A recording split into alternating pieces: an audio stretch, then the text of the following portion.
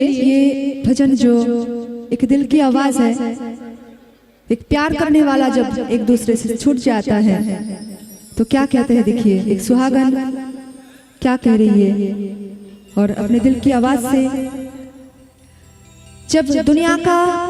सब कुछ मिट जाता है, टूट जाता है, सब उम्मीद खत्म हो जाता है, सिर्फ माँ के आंचल की साए में बड़ा ही ठंडक मिलता है। तो चलिए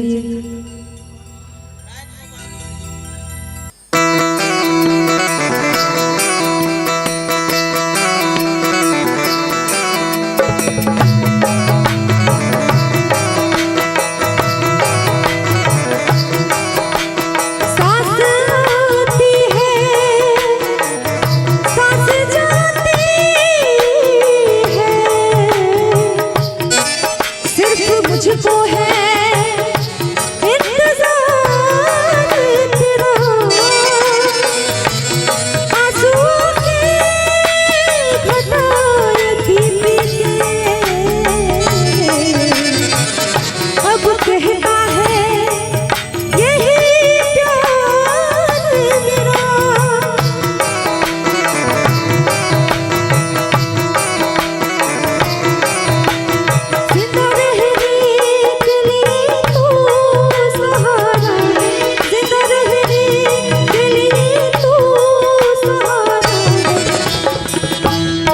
और साथ साथ आप लोग भी गाइएगा तो अच्छा लगेगा।